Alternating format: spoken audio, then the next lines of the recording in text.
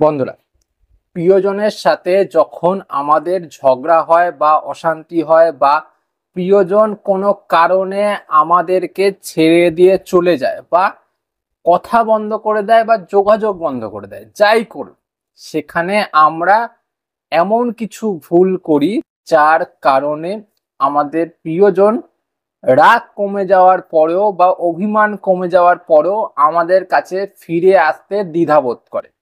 হ্যাঁ, এটা বাস্তব আর এটা সত্যি। কারণ আমাদেরই ভুল। আমরাই এমন কিছু এনার্জি সেন্ড করে ফেলি বা আমরা এমন কিছু কাজ করে ফেলি যার মাধ্যমে আমরাই আমাদের প্রিয়জনকে এক কথায় দূরে সরিয়ে দিতে বা দূরে সরে যেতে বাধ্য করে। বুঝতে পারলে? তাই আজকে আমি তোমাদের সাথে এমন কিছু টিপস নিয়ে কথা বলবো, যেই টিপসগুলি তুমি খুব সাধারণভাবে যদি অ্যাপ্লাই করো এই ক্ষেত্রে, তাহলে কিন্তু তুমি এই দিক থেকে অনেকটা লাভ পাবে। সেই মানুষটা যে তোমার সাথে দূরত্ব বজায় করে রেখেছে, সে নিজে থেকে তোমার কাছে ফিরে আসবে। সে তোমার খেয়ালে সারাদিন মত্ত থাকবে। আজকে আমি এই বিষয়টাতেই কথা বলতে যাচ্ছি। চলো ভিডিওটা আজকে শুরু করা যাক।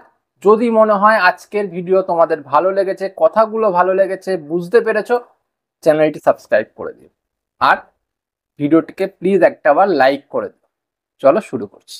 ফার্স্ট পয়েন্ট, যখন দেখবে তোমার প্রিয়জন তোমার সাথে খারাপ ব্যবহার করছে, অথবা প্রিয়জন দূরে চলে গেছে, অথবা প্রিয়জন যোগাযোগটা রাখতে চাইছে না বা বন্ধ করে দিয়েছে, তাকে আর জোরাজুরি করবে না, বা তার পিছনে ঘুরঘুর করবে না, বা তার খবর কাউকে দিয়ে নেওয়ার চেষ্টা করবে না, বা তার প্রোফাইল স্টক করবে না। চারটে কথা বোঝা গেল? একদম সাধারণ, কোনো রকমের সমস্যা নেই।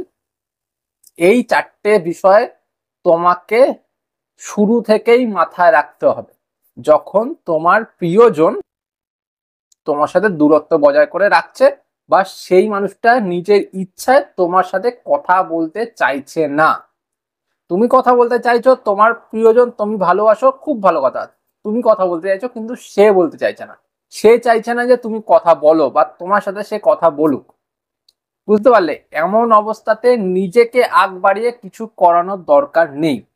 এই সময়টা একদম স্থিতিশীলের সময়। ধীরে চলো নীতি অবলম্বন করতে হবে। যত তুমি ধীরে চলো নীতিতে থাকবে, তত গিয়ে তোমার সম্পর্কটা স্টেবল থাকবে। সেই মানুষটা তোমাকে নিয়ে খারাপ কিছু ভাবতে পারবে না। যখনই তুমি সেই মানুষটাকে নিয়ে প্যানিক করবে, সেই মানুষটার পিছন পিছন ঘুরবে বা সেই মানুষটার খোঁজ নেওয়ার চেষ্টা করবে, হিতে বিপরীত কাণ্ড হবে। প্রথমত, যখন তুমি প্যানিক করে ফেলবে, তখন তুমি নেগেটিভ কথা ভাবতে শুরু করে দেবে সেই মানুষটাকে নিয়ে। দ্বিতীয়ত, তুমি যাকে দিয়ে খোঁজ পাঠাবে সেই মানুষটাকে তুমি এক কথা বলবে, সেই মানুষটা গিয়ে আর এক কথা বলবে। তৃতীয়ত, তুমি তার পেছন পেছন যদি ঘুরতে থাকো, সে নিজেকে অনেক বড় কিছু মনে করবে, যেটা সে নয়। তাই এই কাজগুলো করা যাবে না। বোঝা গেল? সেকেন্ড পয়েন্ট, সেই মানুষটা যখনই তোমার সাথে যোগাযোগটা বন্ধ করলো, বা যেই মুহূর্ত থেকে সেই মানুষটা বলল আমি কথা বলবো না, ব্লক করে দিল, নানান জায়গা থেকে তোমাকে ডিসকানেক্ট করে দিল, তখন থেকে তুমি সেই মানুষটাকে নিয়ে অযথা ভাবা বন্ধ করো। কারণ যখনই তুমি সেই মানুষটাকে নিয়ে, ওই পার্টিকুলার পার্সনটাকে নিয়ে বারবার ভাবতে চেষ্টা করছো, বারবার সেই মানুষটির কথা মাথায় আনছো, বারবার সেই মানুষটিকে নানান ভাবে চিন্তা করছো, ও কি করছে না করছে, খেয়েছে কিনা, ঘুমিয়েছে কিনা, কার সাথে ঘুরছে, এই করছে ওই করছে, তত তুমি সেই মানুষটাকে অজান্তেই একটা নেগেটিভ এনার্জি সেন্ড করে ফেলছো। নিজের অজান্তে তুমি চাও না কিন্তু তাকে নেগেটিভ এনার্জি সেন্ড করতে, বা তাকে কোনো নেগেটিভ অরার মধ্যে নিয়ে যেতে তুমি চাও না, কিন্তু তুমি বাধ্যতামূলক করে ফেলছো। কারণ তুমি তাকে নিয়ে ওয়ারিড, তাকে নিয়ে তুমি চিন্তা করো, তার জন্য তোমার কষ্ট হয়, তার জন্য তোমার দুঃখ হয়, তার জন্য তুমি এটা করে ফেলছো। আর আজকের থেকে আমি যেহেতু বললাম, তাকে নিয়ে আর চিন্তা করা যাবে না। চিন্তা করা পুরোপুরি স্টপ করে দিতে হবে। একদম নিজেকে নিজের মতন সাইড করে ফেলো, তার সামনে আসার দরকার নেই, তাকে দূরে রাখো, তার থেকে দূরে চলে যাও, নিজেকে পুরোপুরি অন্ধকারে সরিয়ে নাও, নিজেকে পুরোপুরি একদম সাইড করে ফেলো, যাতে সেই মানুষটা এটা বুঝতে পারে যে আমি ওর সাথে কথা বলছি না, তারপরেও সে অনলাইন রয়েছে, আমি ওর সাথে কথা বলছি না, তারপরেও সে হোয়াটসঅ্যাপ করছে, বন্ধুদের সাথে কথা বলছে, ভালো আছে। এইসব বুঝতে তাকে দেওয়া যাবে না। তাহলে তুমি ওর কাছে কি হয়ে যাবে, একটা লুচ্চাতে পরিণত হবে বা একটা ঠগে পরিণত হবে। তাই এই জিনিসগুলো করা যাবে না, নিজেকে নিজের মতন করে সাইড করে রাখো কিছুদিনের জন্য।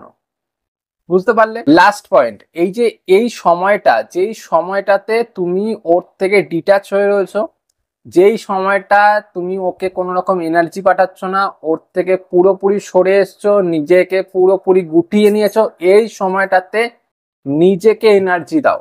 কিভাবে?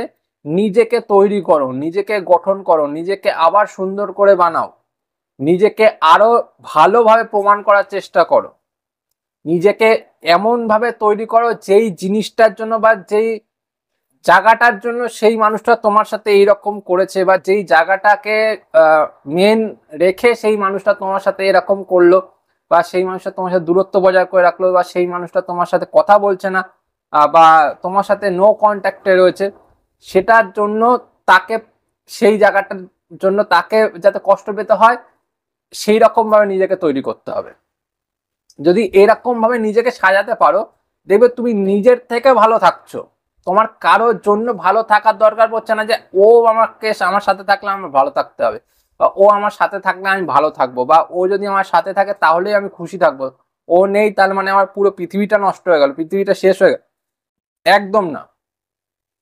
সেই মানুষটা থাক বা সেই মানুষটা না থাক, তুমি তোমার মতন করে ভালো থাকতে পারো, খুশি থাকতে পারো, তোমার খুশি থাকার জন্য কারোর দরকার পড়ে না, এটা নিজেকে নিজে ফিল করো, তাহলেই কাজ হয়ে যাবে, তাহলেই সব কিছু সলভ হয়ে যাবে, আর কোনো রকমের চিন্তা ভাবনার দরকারই পড়বে না। বোঝা গেল? এটা হচ্ছে মেন গল্প। তুমি এটুকুনি যদি বুঝতে পারো না, সে যতই দূরে থাক, যতই তাচ্ছিল্য করুক, যতই তুচ্ছ করুক, যতই তোমার থেকে দূরত্ব বজায় করে রাখুক না কেন, তুমি ওইটুকুনি ঠিক করে নাও, দেখবে সেই মানুষটা নিজে থেকে তোমার কাছে ফিরে আসছে, তোমার খেয়ালে সারা দিন মত্ত থাকছে, সারা দিন সেই মানুষটা তোমার জন্য পাগল থাকছে। বুঝতে পারলে?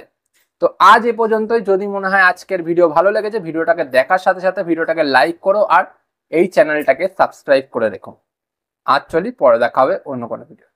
টাটা।